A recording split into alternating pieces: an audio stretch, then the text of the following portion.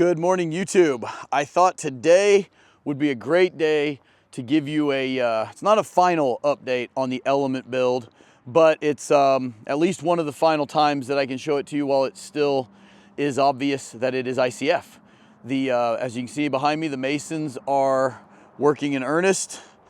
The standing seam roof will start next week, and the drywall is being stocked on Monday. As you're seeing this is Saturday, so you're seeing it tomorrow. And you can see we've got all of our heat sheet over here. We had a bunch of wind kind of toss stuff about this week, which is why the heat sheet is not actually installed, because we knew it would end up in the next county. But you can see the garage is all graded out and ready for the heat sheet and the hydronic. We are also, as soon as these masons get out of our way, going to grade right here and pour about a 20-foot apron with an ice melt system in it. And then there's going to be another bit of ice melt in the breezeway over here. See the stonework going up? It's actually two separate crews doing the stone and the brick. So they're both making pretty good progress. And the breezeway's all graded out as well. A little bit more gravel to put out in the very back edge. There were scaffolds there when I graded this, so couldn't quite get it done, but there's going to be ice melt, heat sheet, and hydronic in here as well. So I'll just walk you around the whole outside real quick and then take you inside.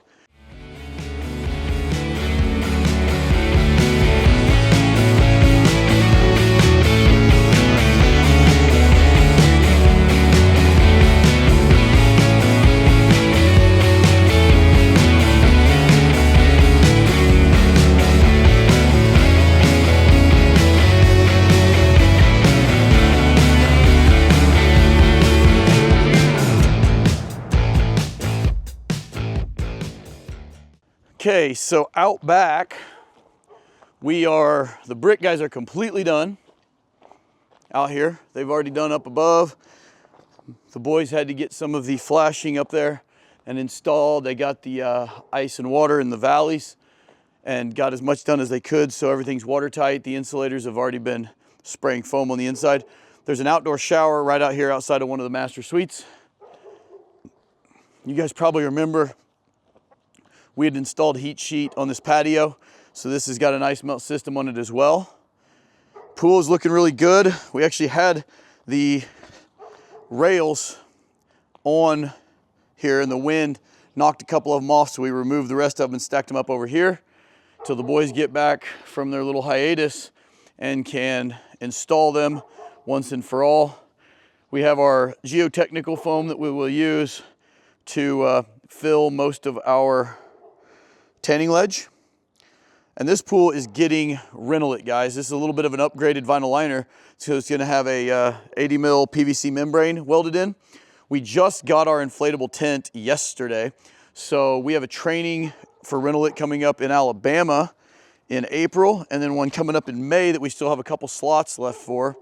And one of the things we'll be doing, other than welding like crazy all day, is we'll be coming out here. We'll have a tent over it, so even if it's raining, it won't matter. And we'll be able to see kind of prep work and the beginnings of welding in an actual membrane in a real pool instead of just welding stations. So I'm gonna take you guys inside now and kind of show you the progress in there. Okay, so obviously this is the great room right inside the entry door, and pretty elaborate framing. We have the ICF wall that runs up over the steel beam. Pretty traditional floor plan, really nice. It's gonna have an island out here. This is the kitchen. One funny thing that happened this week is I've developed a pretty good rapport with the homeowner here, and he really likes my guys, and he almost was afraid to tell me. You can see up here, I'm pretty proud of not missing door and window openings on ICF. There's a kind of a local legend locally here who gets a lot of ICF work, but just habitually and very routinely misses multiple openings on every job he does. It doesn't make sense. It's not that hard. But over here, we had to raise these windows up a couple inches. Really wasn't a mistake. We established that these countertops are actually going to slide right back to the window, And we did the best we could prior to, you know, the designer and the cabinet guys finalizing. But when they came out, they decided they wanted the windows up 2 inches. And then the homeowner came out here with his cabinet guy this week and just kind of came up to me a little sheepish. He goes, man, I really hate to tell you this, but your guy Petey, he messed up these windows. He didn't raise them enough. And I was kind of beside myself because at this point the brick is done outside, and I can't believe Petey is very detail oriented. I just didn't believe he missed it. So I come walking in ready to argue, but he measures to right here. And obviously this didn't change. And he had a cabinet guy and a designer. Everybody was here. And I just go, I think it's raised. So kind of funny deal that happened because it is raised, but they were measuring the existing sill that didn't move. So things like that will happen. It was really funny. Me and him had a good laugh after I just said, man, I'm just glad that it was you and not me that didn't know how to read a tape measure. So the guys got most of the pocket doors framed. This house has several pocket doors. I did make the mistake of showing him some super cool hidden hinges that we've installed on a few houses, including my own. And now he wants those. So my boys will probably be hanging his doors for him. He is also going with a shadow reveal. Shadow reveal is something that we've gotten pretty good at executing. And I think this guy has built several houses, but given that his brand new grandbaby lives right next door, I don't think he's moving from here for quite a while. You might as well get it right. So he's doing a few really cool finishes. One thing he's doing that I honestly had never paid that much attention to, and when I first saw it, I thought it was going to be like a huge mistake. I thought he was doing some kind of super cheap steam shower with these clear plastic tubes, but it's actually like a dryer system, which is actually pretty neat. He's got a blower up in the attic. Let me see if I can point up there. Looks a lot like a spa blower on a pool. And that is going to, when he gets out of the shower, it's going to feed air into there's a niche right here where your shampoo and soap's going to go, and that always collects water on the ledge and gets all scummy and mildewy and stays wet.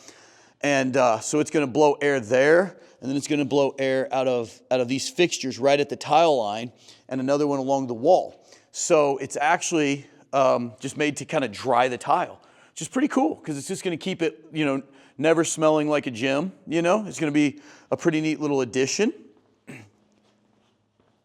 But I'll take you guys upstairs now. I want to show you specifically the tilt and turn windows. I've been wanting to show you more, and I'm going to do a video specifically on them, but they're still covered up with plastic because they are still spray foaming parts of the house. But I think there's part of the, I believe the bonus room over the garage is, there's a window that's open. So I'll take you in there.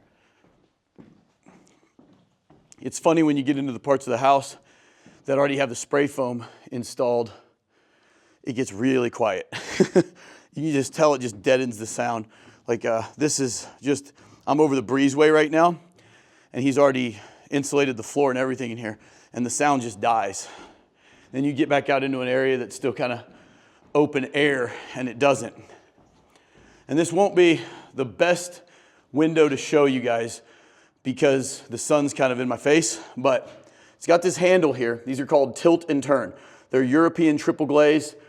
They're from Poland. I think they're made in Germany, or at least designed in Germany, and then they ship from Poland. You turn it 90 degrees, and this triple glaze, I mean, you see the thickness.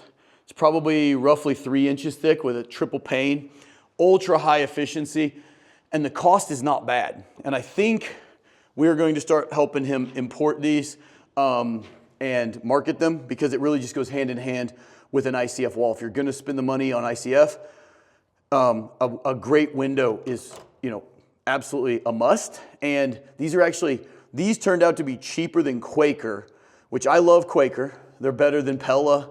A lot of times they rate better. And then you can see it tilts out. That's why they're called tilt and turn. When you turn it 180 degrees, it opens up. Like I said, this is a bad angle, but you can probably see that it tilts out about 10 degrees. So it just kind of lets a breeze in without being wide open. But then you can just open it completely up, and it's just a really, really slick window. And really, really fine. But what I was going to say is these actually turned out to be cheaper than Quaker that would be made in Missouri, and these came from Poland. So the one gripe I would have had about these windows is the guy that helped him import them ordered them without nail fins. So we had to use a very European style of mounting with these mounting brackets. And then that was easy, actually very easy. But the flashing was much harder. Just nail fins make flashing so easy. And I've told him that if we're gonna bring any more in, if the builders are gonna murder us if we don't get nail fins, but it's a super easy option. You just tell them you want nail fins and you get them. He just didn't know. So it worked out. It wasn't that big of a deal, but it did take quite a bit longer than it should have to get these windows as tight as you'd want them. But guys, that's the update for the moment. Like I said, drywall starts hanging in 2 days, and they will be done hanging by the end of next week. So this house will no longer have much evidence that it's ICF. The outside's gonna get done. The inside, the only telltale at that point is thick window and door jambs. So I will see you guys next week, and got a lot of cool pool content coming up for the rest of the spring.